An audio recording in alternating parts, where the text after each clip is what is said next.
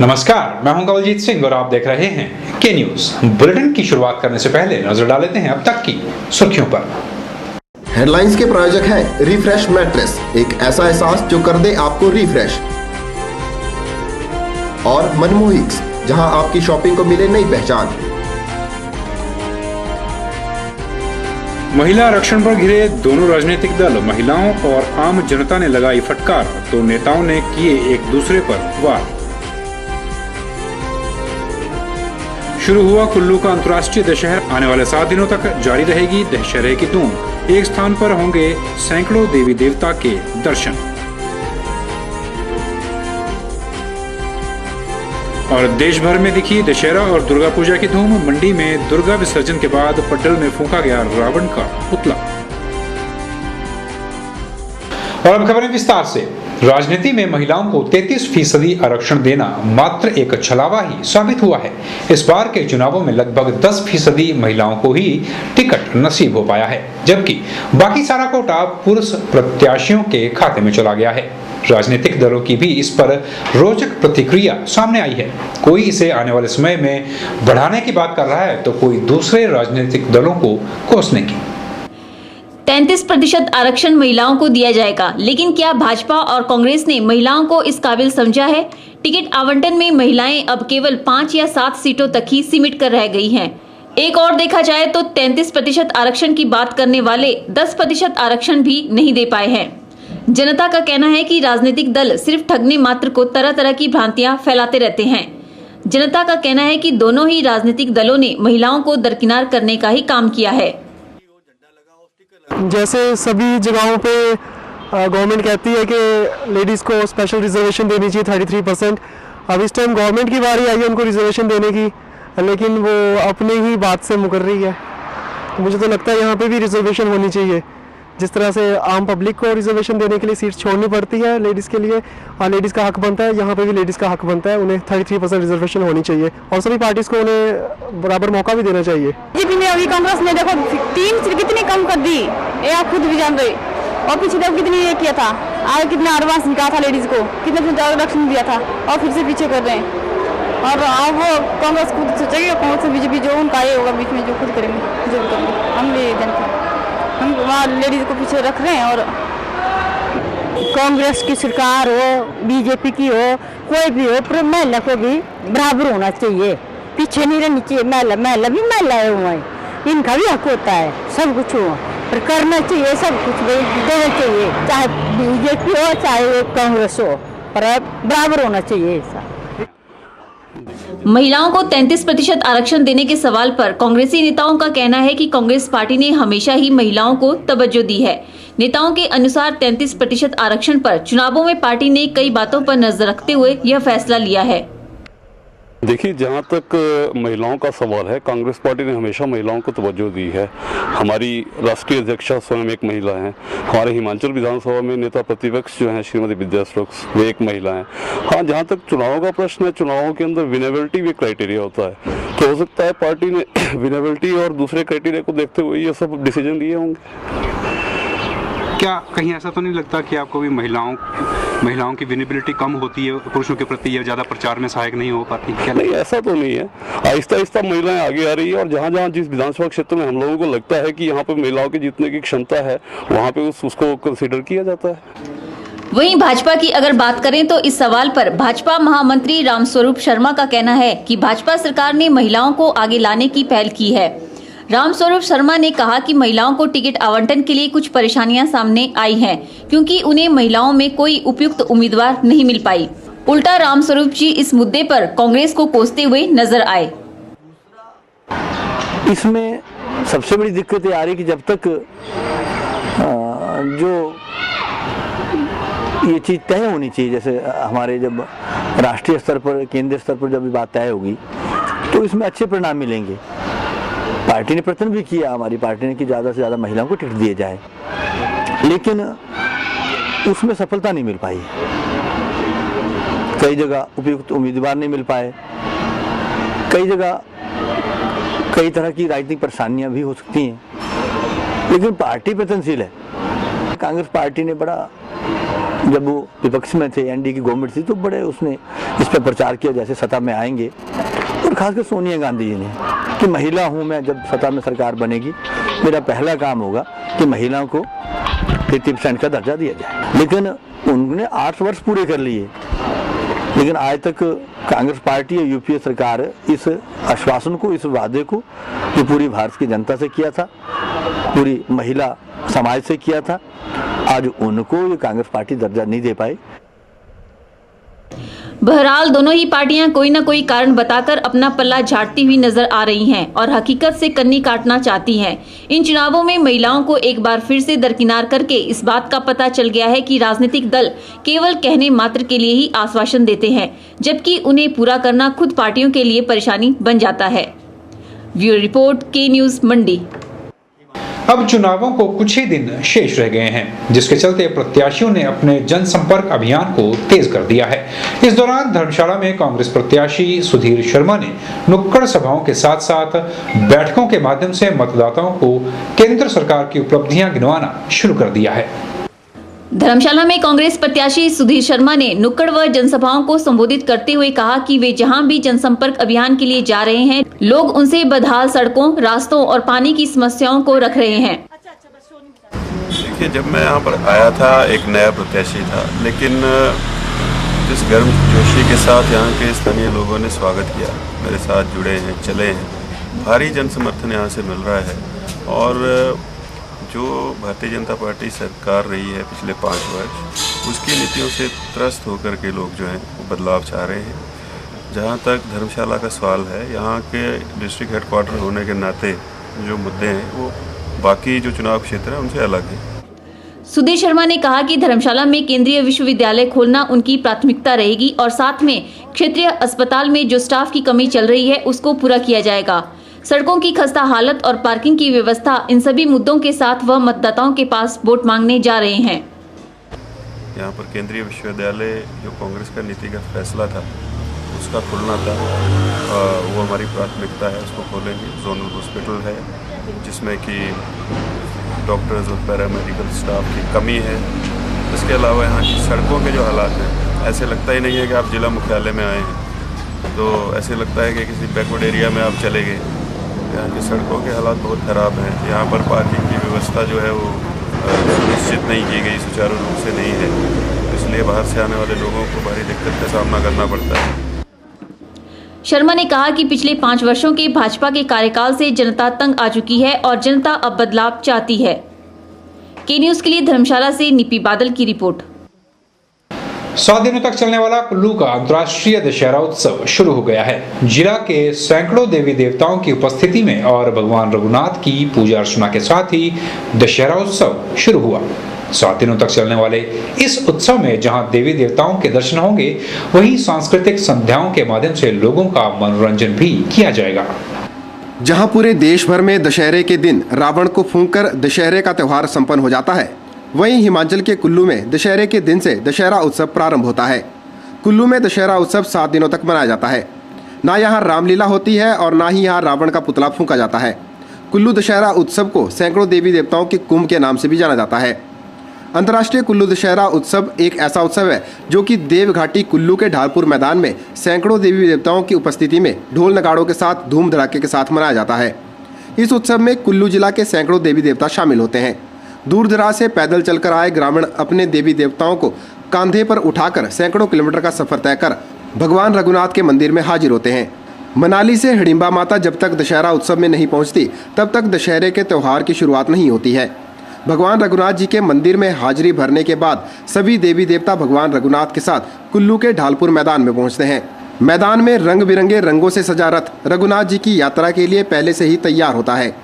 भगवान रघुनाथ जी को पूजा अर्चना करने के बाद रथ में बिठाया जाता है और साथ में पुजारी भी रथ में सवार हो जाते हैं। घाटी के लगभग 250 के करीब देवी देवता रघुनाथ जी के रथ के पीछे लंका की चढ़ाई करने चल पड़ते हैं। हजारों की संख्या में भक्त लोग रघुनाथ के रथ को रस्सों से खींचते हुए भरे मेले के बीचों बीच मैदान में बने रघुनाथ जी के अस्थायी शिविर तक ले जाते हैं। ढोल नगाड़ों के बीच रंग बिरंगे देवी देवता ऐसे दिखते हैं मानो वो धरती पर उतर आए हों। देश विदेश से आए पर्यटक इस उत्सव को देख काफी प्रसन्न दिखे। I really enjoyed it. Everything was very colorful and amazing and wonderful. Yeah. And I think it's very unique and special. I've never seen such a crowd in my life. Like so many people, so many colors. It's so beautiful. I'm a little horrified, but it's beautiful. ये पहली बार scene देखा, बहुत सुना था कुल्लू के दशहरा के बारे में, तो आज देखने का मौका मिला है। मतलब इतने देवी देवता हैं और खुद ही कोई शक्ति है जो इन्हें मतलब खींच के लेके जाती है। मतलब कैसे वो झूल रहे थे, कुछ लोग भी डर जाते हैं उनसे, मतलब क्या हो रहा था। और काफी अच्छा लग रहा है यहाँ आके, मतलब इट इज वर्थ इट। 7 दिनों तक भगवान रघुनाथ कुल्लू के ढालपुर मैदान में घाटी के सभी देवी देवताओं के साथ तंबुओं में ही रहते हैं। कुल्लू दशहरा उत्सव एक ऐसा उत्सव है जिसमें घाटी के सभी देवी देवताओं के 7 दिनों तक दर्शन किए जा सकते हैं। 7 दिनों तक रोजाना सुबह शाम तंबुओं में ही पूजा अर्चना ऐसे होती है जैसे कि मंदिरों में पूरे साल की जाती है। देवताओं के इस महाकुंभ में भगत भी नीले आसमान के नीचे अपने अपने देवताओं के साथ रहते हैं। इस बार का दशहरा उत्सव 24 अक्टूबर से लेकर 30 अक्टूबर तक मनाया जाएगा। 7वें दिन भगवान रघुनाथ फिर अपने रथ में सवार होकर अपने स्थायी मंदिर की तरफ कूच करते हैं। घाटी के सभी देवी देवता भगवान रघुनाथ जी को उनके रघुनाथपुर स्थान तक छोड़ वापस अपने अपने इलाकों को पैदल चल पड़ते हैं और दशहरा उत्सव संपन्न हो जाता है। कुल्लू से के न्यूज़ के लिए मनमिंदर अरोड़ा की रिपोर्ट। के न्यूज़ में फिलहाल वक्त तो चला है छोटे से ब्रेक का, बने रहिए हमारे साथ।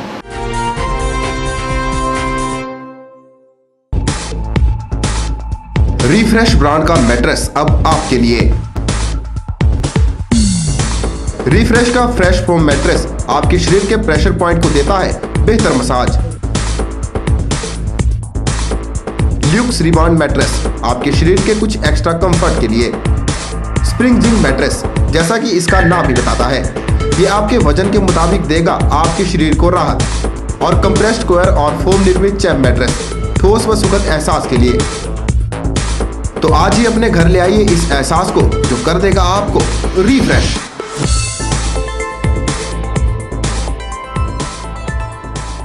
राष्ट्रीय लघु उद्योग निगम लिमिटेड NSIC, जो कि भारत सरकार का एक उद्यम है और मिनिस्ट्री ऑफ MSME के अंडर में आता है, ने कनेक्ट सुंदरनगर में अपना एक ट्रेनिंग सेंटर शुरू किया है, जिसका उद्देश्य बेरोजगार युवाओं को मुफ्त में प्रशिक्षण प्रदान कर रोजगार के योग्य बनाना है। इस ट्रेनिंग सेंटर में fashion designing, computer hardware, computerised accounting, computerised mobile repair और इलेक्ट्रिकल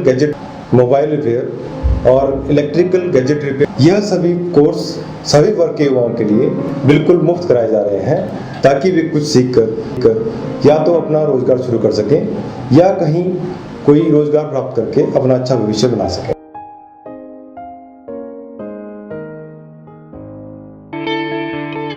स्वागत है आपका न्यू एंड रेनोवेटेड शोरूम में, जहां आप भारत के सबसे ज्यादा विश्वसनीय ब्रांड्स के होम अप्लायंसेस, चूल्हा and chimney, crockery, luggages, school bags और गिफ्ट आइटम्स उचित दामों पर खरीद पाएंगे।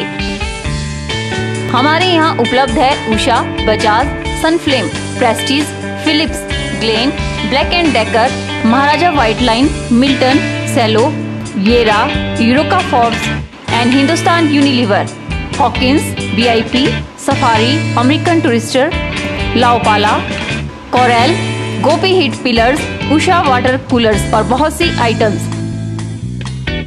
एक बार विजिट जरूर करें। Break and bye crockery, shop number 94, 95, Indira market, Mandi, Himachal प्रदेश।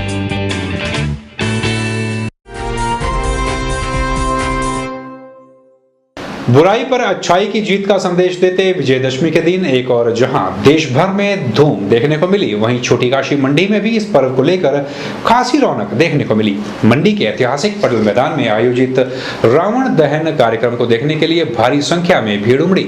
इस दौरान बच्चों में भी खासा उत्साह देखने को मिला। यहाँ पहुंचे लोग न सिर्फ रावण दहन देखकर खुश नजर आए, वहीं अपने साथ सच्चाई का संदेश लेकर वापस लौटे।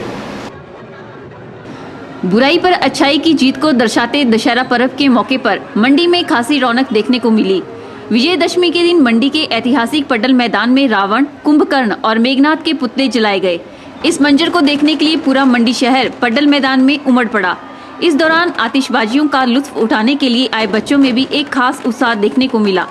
पटल मैदान में पहले हनुमान ने लंका को आग लगाई और उपरांत इसके भगवान राम ने तीर चलाकर रावण का सर्वनाश कर अधर्म पर धर्म की जीत का संदेश दिया।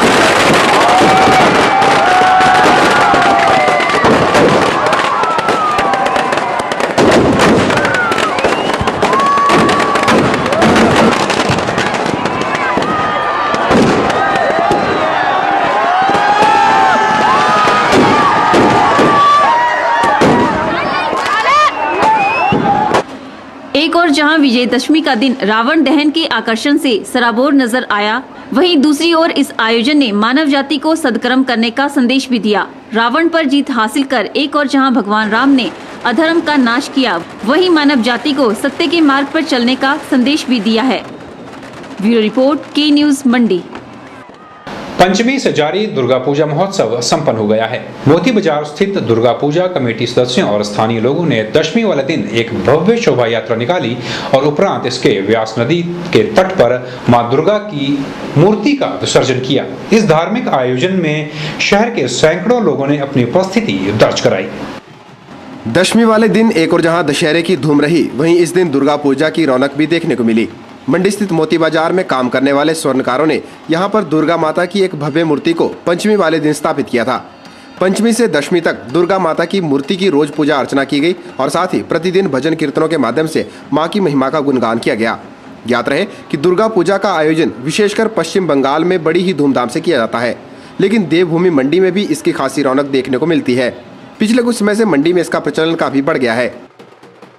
मोती बाजार में जो हमारे पश्चिम बंगाल के रहने वाले कारीगर लोग हैं, वो हर वर्ष जो है दुर्गा पूजा हर्षोल्लास से मनाते हैं और आज भी जो है आज विसर्जन किया जा रहा है। पंचमी के दिन जो है दुर्गा माता की स्थापना की जाती है। आज दशमी है, दशमी के दिन विसर्जन किया जा रहा है। इसमें जो है प्रतिदिन शाम को भजन संध्या रही एवं उसके उपरांत जो है भंडारा किया गया जो पिछले कल था और बहुत ही हर्षोल्लास के साथ पूरा पश्चिम बंगाल के जो सभी लोग हैं बहुत अच्छे हर्षोल्लास के साथ आज दुर्गा माता के विसर्जन के लिए एकत्र हुए हैं। दशमी वाले दिन दुर्गा पूजा कमेटी सदस्यों ने शहर भर में दुर्गा मां की एक भव्य शोभा यात्रा निकाली। शहर भर का चक्कर काटती हुई यह शोभा यात्रा व्यास नदी के तट पर पहुंची। शोभा यात्रा में लोगों ने बढ़ चढ़कर भाग लिया। इस दौरान लोग उत्साह में झूमते हुए नजर आए।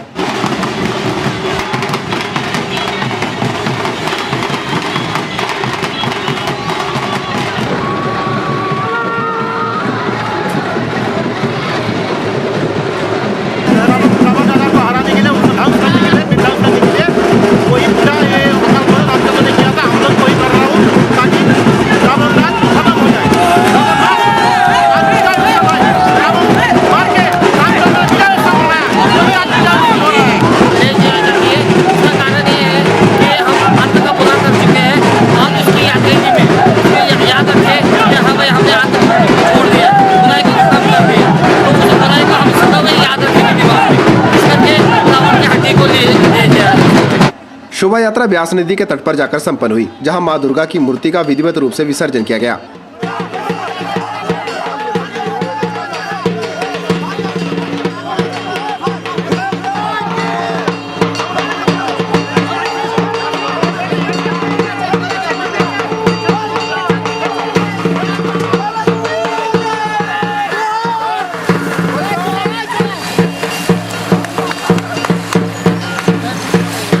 विसर्जन के साथ ही दुर्गा पूजा महोत्सव संपन्न हो गया। श्रद्धालु अब अगले वर्ष आयोजित होने वाली दुर्गा पूजा का इंतजार करने लगे हैं, जब एक बार फिर मां दुर्गा की मूर्ति को स्थापित करके शहर को भक्तिमय किया जाएगा। ब्यूरो रिपोर्ट, के न्यूज मंडी। के न्यूज में एक बार फिर वक्त हो चला है छोटे से ब्रेक का। देखते रहिए के न्यूज। नमस्कार, मैं हरीश कुमार मंडी सदर विधानसभा क्षेत्र से हिमाचल लोकहित पार्टी का उम्मीदवार हूं। मेरी इस क्षेत्र के सभी आदरणीय मतदाताओं से करवट प्रार्थना है कि इस क्षेत्र के सर्वांगीण विकास करवाने के लिए मुझे सेवा का अवसर प्रदान करें। मेरा चुनाव चिन्ह टेलीफोन है, अतः सभी मतदाताओं से निवेदन है कि आप वोटिंग मशीन पर केवल टेलीफोन के सामने वाला बटन दबाएं, ताकि हम सब मिलकर अपने क्षेत्र को हिमाचल प्रदेश में सबसे अग्रणी क्षेत्र बना सकें। धन्यवाद।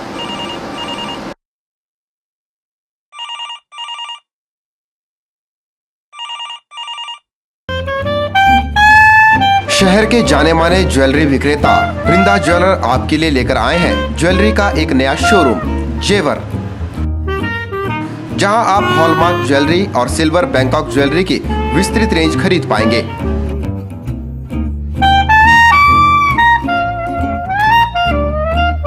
तो फिर तैयार हो जाइए जेवर के साथ अपनी ज्वेलरी की शॉपिंग को और भी मजेदार बनाने के लिए।